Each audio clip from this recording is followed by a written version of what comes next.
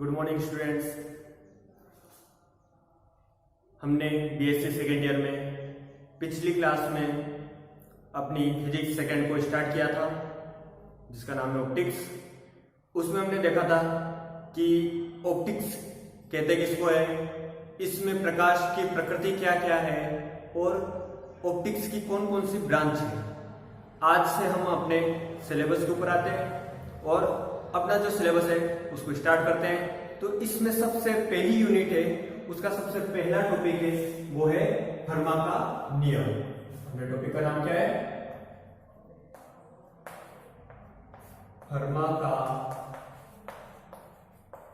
नियम, हर्मेट्स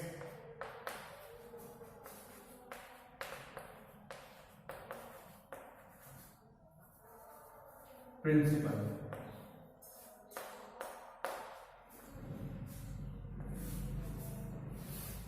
ठीक है,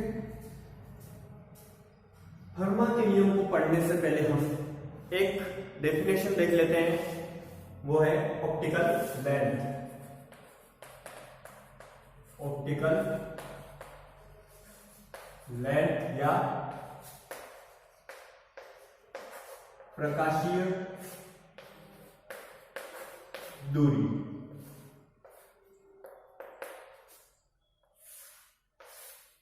प्रकाशीय दूरी क्या होती है कि प्रकाश की किरण किसी भी माध्यम में, माना कि उस माध्यम का, यानी यदि माध्यम का अपवर्तनांक यानी रिफ्रैक्टिव इंडेक्स, अपवर्तनांक म्यू है तथा प्रकाश इस म्यू अपवर्तनांक वाले माध्यम में डी दूरी को तय करता है तथा तय दूरी अगर डी है तो प्रकाशीय दूरी का फॉर्मूला बनता है अपना प्रकाशीय दूरी बराबर mu into D.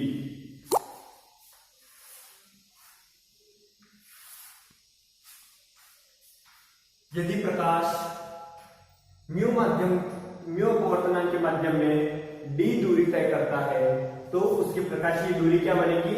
Mu into D. अब ये प्रकाशीय दूरी क्या है, इसका अगर हम फिजिकल मीनिंग देखें तो डी तो हम डायरेक्ट दूरी इसको हम जानते हैं और म्यू जो है वो अपवर्तनांक है। अब अपने को पता है कि अलग अलग माध्यम अगर है तो उन माध्यम का घनत्व भी अलग अलग होता है, तापमान भी अलग अलग हो सकता है और अलग अलग माध्यम में प्रकाश का जो वेग होता है वो भी अलग अलग होता है। अगर प्रकाश का वेग अलग अलग है तो फिर समान समय में टाइम तो क्या है, टाइम इज इक्वल, बट वेग उनकी वेलोसिटी जो है वो डिफरेंट है। इस वजह से उनके द्वारा जो दूरी तय की जाती है, जो डिस्टेंस होती है वो भी डिफरेंट होती है। समान समय में प्रकाश द्वारा अलग अलग माध्यम में अलग अलग दूरी तय की जाती है। तो इससे जो अगर हम एक से अधिक माध्यमों की बात करते हैं और वहां पर अगर हमें प्रकाश द्वारा तय दूरी को अगर ज्ञात करना हो तो उससे हमारी गणना में जटिलता आ जाती है, गणना थोड़ी क्रिटिकल हो जाती है। इसलिए हम नॉर्मल डिस्टेंस को लेने के बजाय प्रकाशीय दूरी, ऑप्टिकल लेंथ जो है उसको काम में लेते हैं हर एक माध्यम के लिए। हर एक माध्यम के लिए, चाहे माध्यम कोई सा भी हो, प्रकाशीय दूरी का मान समान समय में समान रहता है। समान समय में प्रकाशीय दूरी का मान समान होता है चाहे माध्यम कोई सा भी हो। ठीक है, तो ये बात समझ में है आपको ऑप्टिकल लेंथ की। अब प्रकाशीय दूरी के बाद हम अपने फर्मा के नियम के ऊपर आ जाते हैं कि फर्मा का नियम, इस नियम के अनुसार प्रकाश एक बिंदु से दूसरे बिंदु तक चाहे कितने ही अपवर्तन या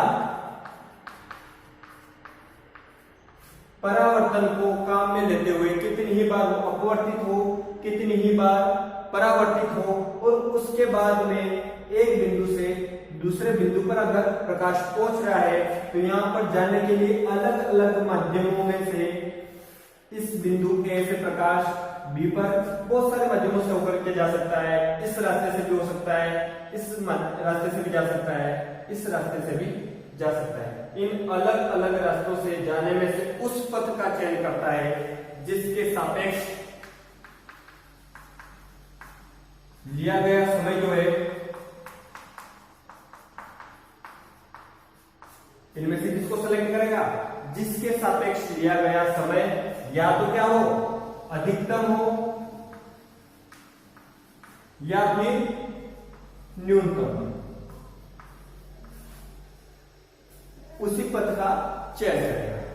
फरमाने क्या कहा? एक बिंदु से दूसरे बिंदु तक प्रकाश जाने के लिए उस पथ का चयन करेगा जिसके सापेक्ष लिया गया समय या तो अधिकतम हो या न्यूनतम हो। और इसी नियम को क्या कहते हैं? फर्मा का चरम पथ का नियम भी कहते हैं। इस नियम को क्या कहते हैं? फर्मा का चरम पथ का नियम, क्योंकि ना तो इसने न्यूनतम के लिए कहा है ना इसने अधिकतम के लिए कहा है। इसने कहा कि या तो न्यूनतम हो या अधिकतम हो, दोनों में से कोई सी भी कंडीशन आ सकती है। इसलिए इस नियम को क्या नाम दिया? चरम पथ का नियम। ठीक है स्टूडेंट्स, फर्मा के नियम के बाद में हम अपने दूसरे टॉपिक के ऊपर आते हैं जिसका नाम है अविपथी बिंदु, ए प्लेनेटिक पॉइंट्स।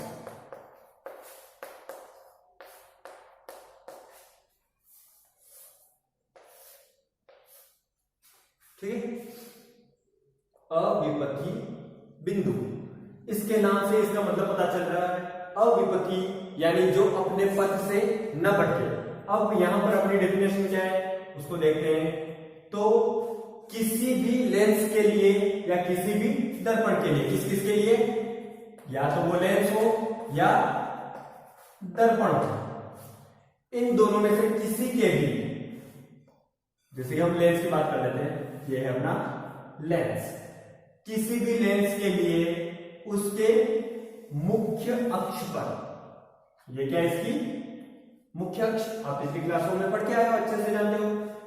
किसी भी लेंस या दर्पण के लिए उसके मुख्य अक्ष के ऊपर स्थित ऐसे दो बिंदु, मुख्य अक्ष के ऊपर स्थित दो बिंदु, जिनमें से किसी भी एक बिंदु के ऊपर अगर हम वस्तु को रख दें तो उसका प्रतिबिंब दूसरे बिंदु पर बनता है। ऐसे दोनों ही बिंदुओं के जो पेयर होता है, जो युग्म है, उसको कहते हैं अविपथी बिंदु। जैसे इसका एग्जांपल अनंत तथा फोकस बिंदु।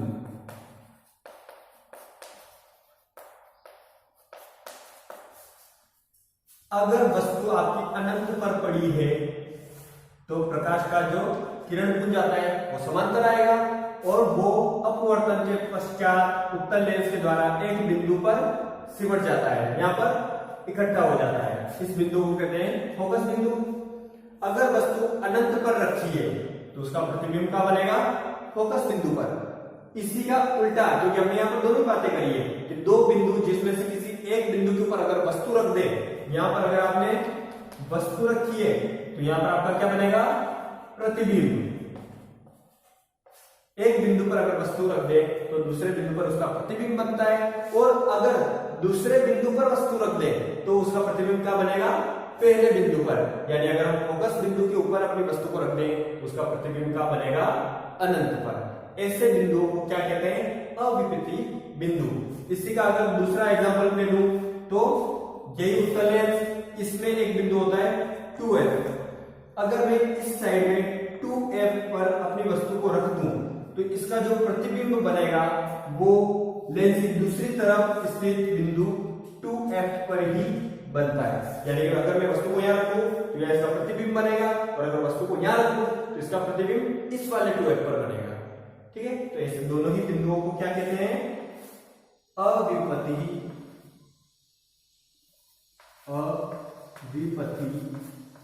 बिंदु। ठीक है, तो ये तो गई इसकी डेफिनेशन। अब हम आ जाते हैं इस अविपति बिंदु के एक डेरिवेशन के ऊपर। ठीक है,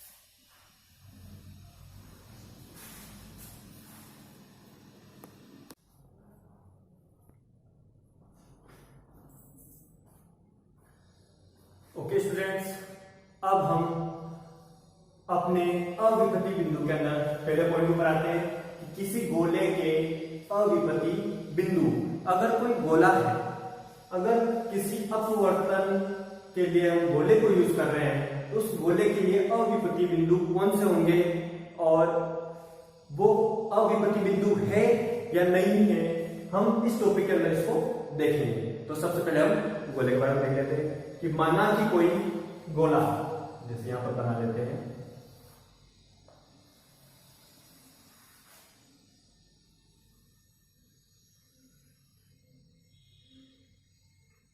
ये एक गोला है जिसमें यहां पर इसका ये केंद्र C है। इस केंद्र के साथ, इस केंद्र से गुजरती हुई ये इसकी मुख्य अक्ष है। ठीक है, इस गोले की त्रिज्या कैपिटल R है, और इस गोले के केंद्र, ये जो गोला है इसके पदार्थ का अपवर्तनांक म्यू है।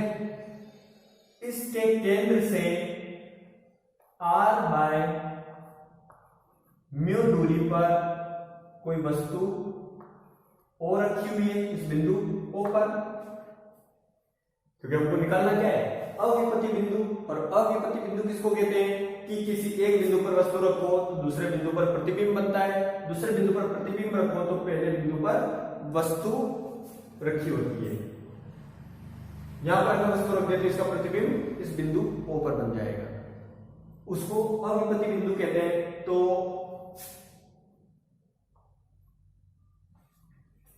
इस गोले के लिए हम अविपति बिंदु निकालेंगे। अब वस्तु यहां पर रखिए तो यहां से प्रकाश की किरण माना कि इस बिंदु P से अपवर्तित हो रही है, यहां पर बिंदु P ले लिया हमने। यहां पर वस्तु रखिए, यहां से प्रकाश की किरण इस गोले तक जा रही है, इसकी सतह पर बिंदु P से ये अपवर्तित होगी, और अपवर्तित होकर के, क्योंकि ये गोला म्यू अपवर्तनांक का है, ये एक सघन माध्यम है, इसके बाहर आपके वायु है, तो वो विरल माध्यम हुआ। विरल माध्यम यानी कि अगर प्रकाश की किरण सघन माध्यम से विरल माध्यम में जाती है तो वो अभिलंब से दूर हट जाती है। इसका अभिलंब कौन सा होता है? जो लाइन इसके वक्रता केंद्र से होकर के गुजरती है वही इसके लिए अभिलंब होता है। तो इस अभिलंब से दूर हटेगी, यानी ये इस वाली लाइन से दूर हटेगी, यानी ये इधर जुड़ जाएगी। ठीक है, प्रकाश की किरण इस डायरेक्शन में आएगी और ये अपवर्तन की पश्चात इस डायरेक्शन में मुड़ गई। यहां पर इस बिंदु को हम नाम दे देते हैं Q। अब इसका प्रतिबिंब क्या बनेगा? अपने को पता है, सामने की तरफ तो ये फैल रही है, इसको पीछे बढ़ाया, इस लाइन को पीछे की ओर बढ़ाने पर ये इस मुख्य अक्ष को बिंदु I पर काटती है, जहां पर इसका क्या बनेगा? प्रतिबिंब। ठीक है, हमने वस्तु का रखी O पर और इसका प्रतिबिंब का बनाए बिंदु I पर।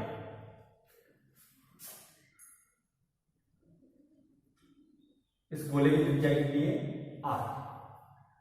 अब इसकी गणना को प्रारंभ करते हैं उससे पहले देख लेते हैं कि इस अभिलंब के साथ में, क्योंकि ये तो है आपतित किरण, यह है अपवर्तित किरण, यह है अभिलंब, इस अभिलंब के साथ जो कोण बनता है उसको हम कहते हैं आपतन कोण I। ठीक है, और इसी अभिलंब के साथ में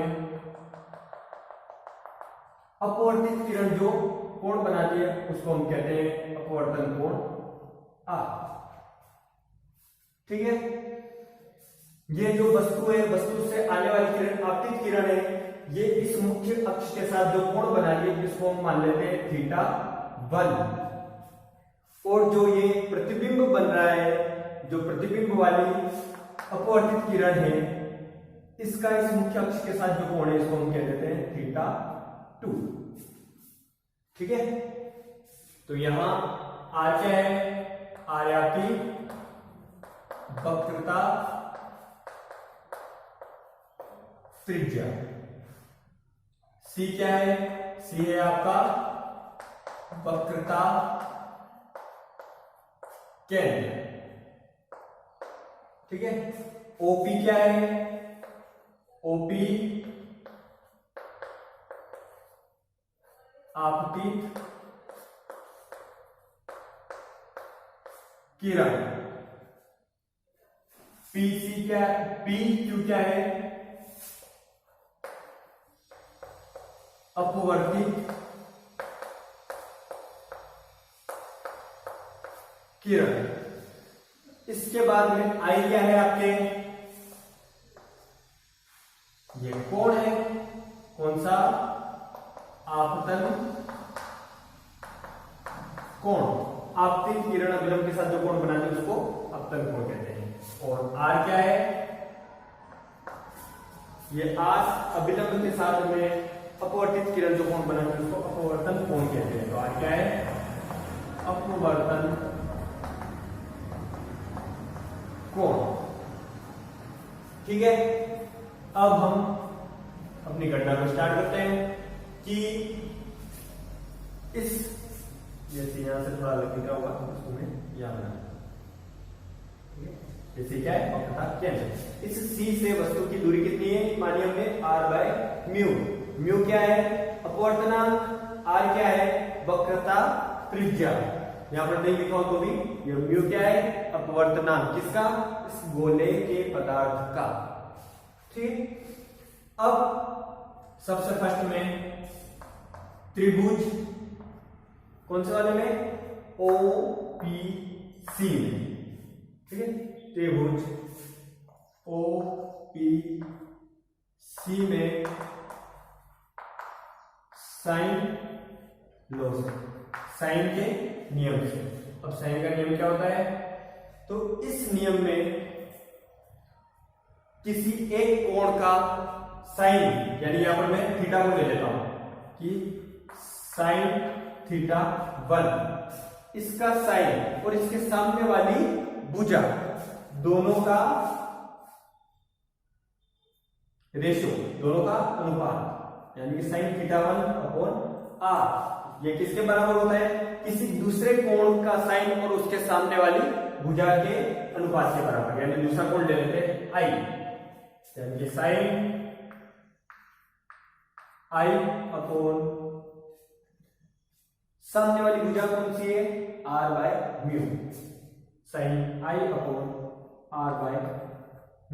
इसमें दोनों तरफ देखें तो r से r कैंसल, और बचा हुआ क्या है?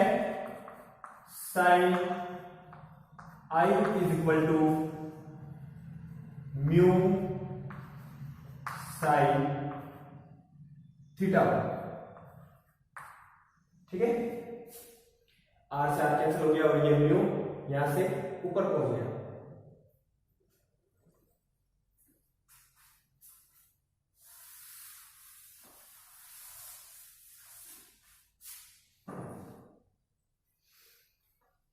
अब इसमें त्रिभुज OCP में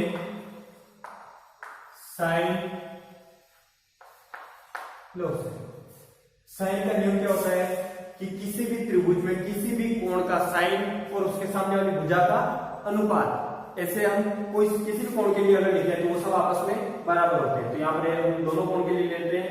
सबसे फर्स्ट तो साइन θ1 और इसके सामने वाली भुजा कौन सी है, r।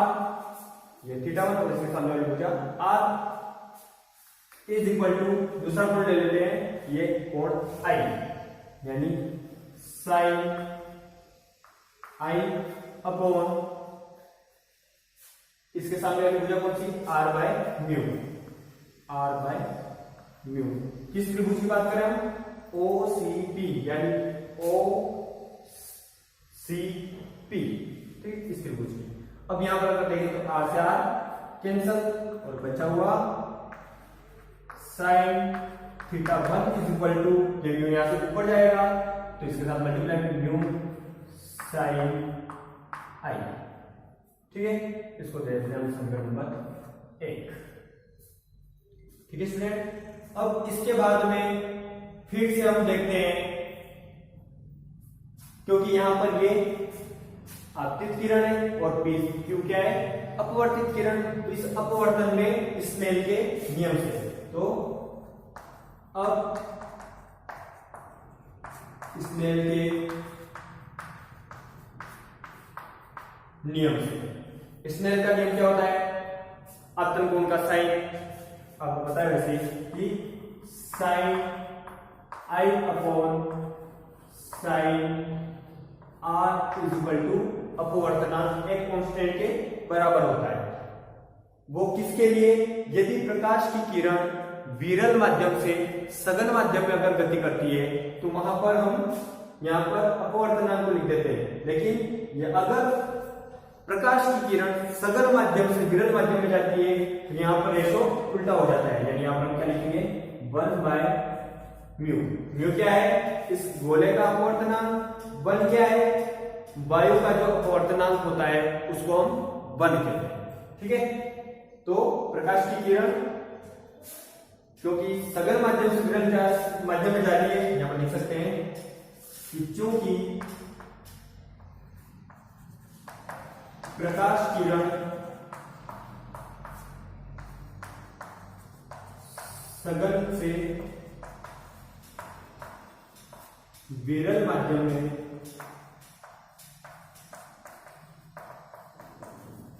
गति कर रही है, ठीक है। अगर ये विरल से सघन में जाती तो ये म्यू ऊपर आ जाता, लेकिन यहां पर क्या हो रहा है, सघन से विरल में जा रही है इसलिए ये 1 बाय म्यू आया, ठीक है। अब इस स्नेल के नियम से अगर देखें तो इसको आगे हम करने पर क्या आ जाएगा, ये म्यू इधर मल्टीप्लाई में आ जाएगा और ये साइन उधर पहुंच जाएगा, यानी sine R is equal to 1 के साथ मल्टीप्लाई, इसका म्यू के साथ म्यू साइन I, समीकरण नंबर 2। अब हम समीकरण 1 और 2 को अगर देखें तो आपको दिख रहा है ये भी म्यू साइन I है, ये भी म्यू साइन I है, यानी ये दोनों आपस में क्या है, बराबर। तो हम लिख सकते हैं समीकरण 1 व 2 से दोनों आपस में बराबर हो जाएंगे। Sine θ1 is equal to sine R, क्योंकि ये दोनों म्यू साइन नहीं है, दोनों आपस में बराबर है और दोनों जगह साइन साइन कैंसिल हो जाएगा, ये बचेगा क्या, θ1 इज इक्वल टू R। समीकरण नंबर 3, ठीक है, यहां तक समझ में आया। साइन लॉ से अनुपात बराबर होता है, स्नेल के नियम से अगर विरल से सघन में जाए तो अपवर्तनांक ऊपर आता है, और अगर प्रकाश की किरण सघन से विरल में जाए तो अपवर्तनांक नीचे आता है। किस किस के लिए, जब दूसरा माध्यम वायु हो, ठीक है, वायु के लिए भी बनाता है, अगर दूसरा माध्यम हुआ तो वहां पर उस माध्यम का अपवर्तनांक आएगा, ठीक है स्टूडेंट। आप इन तीनों समीकरणों को लिख लो, समीकरण 1, समीकरण 2 और समीकरण 3, क्योंकि इनका यूज हम आगे करने वाले हैं।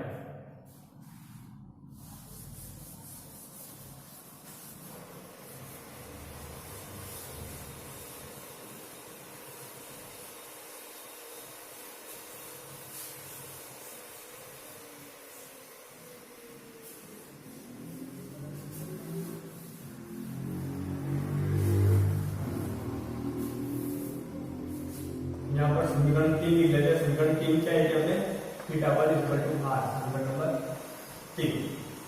ठीक है, अब इससे अगर आगे चले तो अभी हमने क्या किया, एक बार तो इस त्रिभुज के लिए साइन लॉ लगाया, दूसरी बार इस अपवर्तन के लिए हमने स्नेल का नियम लगाया। अब अगर हम यहाँ पर देखें तो ये r और इसके सामने वाला ये पूरा एक कोण क्या है, शीर्षाभिमुख कोण है, तो ये भी r होगा।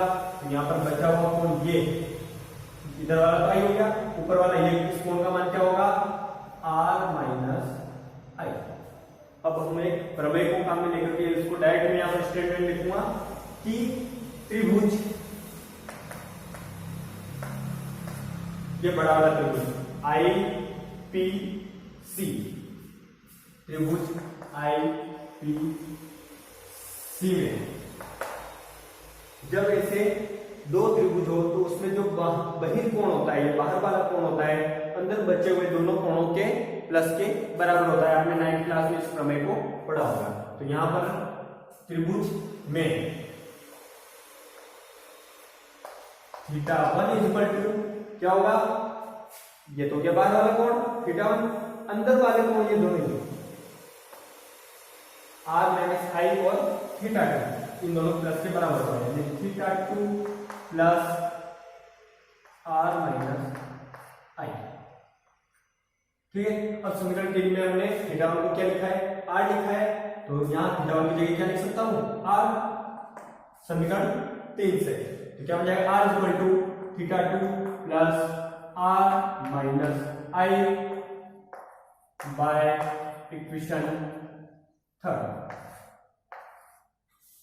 ठीक है, अब इधर भी आ रहे इधर भी आ रहे, दोनों आपस में कैंसिल हो जाएंगे, तो इस माइनस वाले को इधर भेजे तो प्लस बन जाएगा। तो फाइनली ये क्या आ जाएगा, theta 2 is equal to i। ठीक है, इसको हम दे देते हैं समीकरण नंबर 4।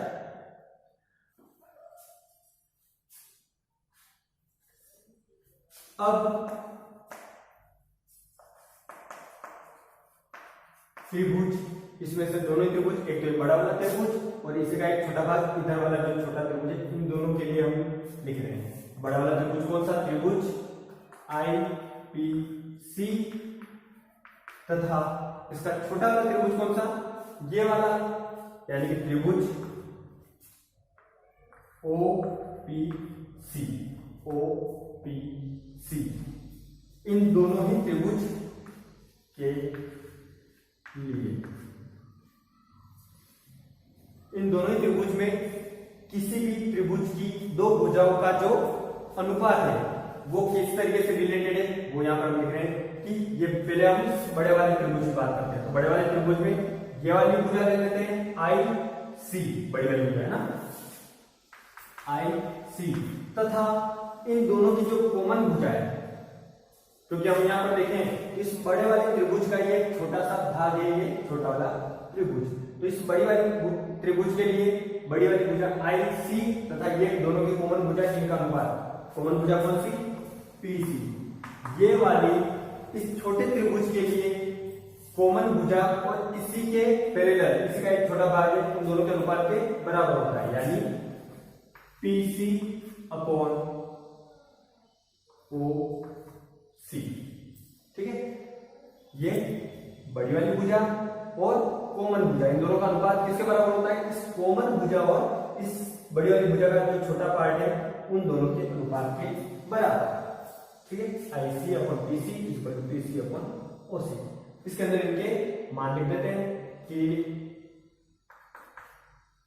IC क्या है, प्रतिबिंब की दूरी कहां से, वक्रता केंद्र से, इसी को हमें निकालना था।